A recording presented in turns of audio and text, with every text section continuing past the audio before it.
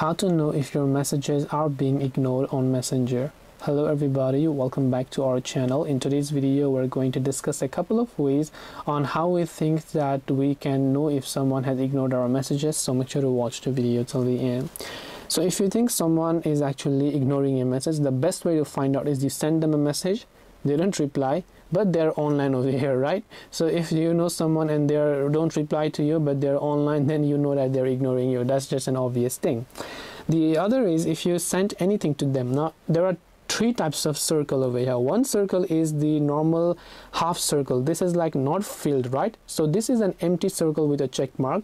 This only means that I have sent the message to that person, but that person has not received it because they are not online. Either they don't have the Messenger or the Facebook app, or either they are not connected to the internet. So it means that it is only sent but not delivered. Now there is another type of one over here, that is that another type of circle. So this one right here. So this one right here means you can see this little half check over here, right? So this is the half one that we discussed earlier. This is the full shaded one.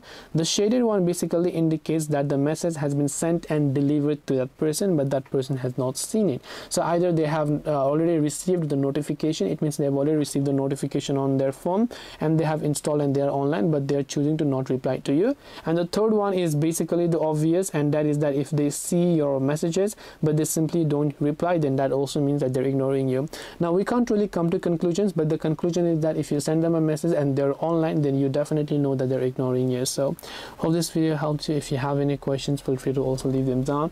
Thank you for watching till the very end of this tutorial, and see you soon in the next video.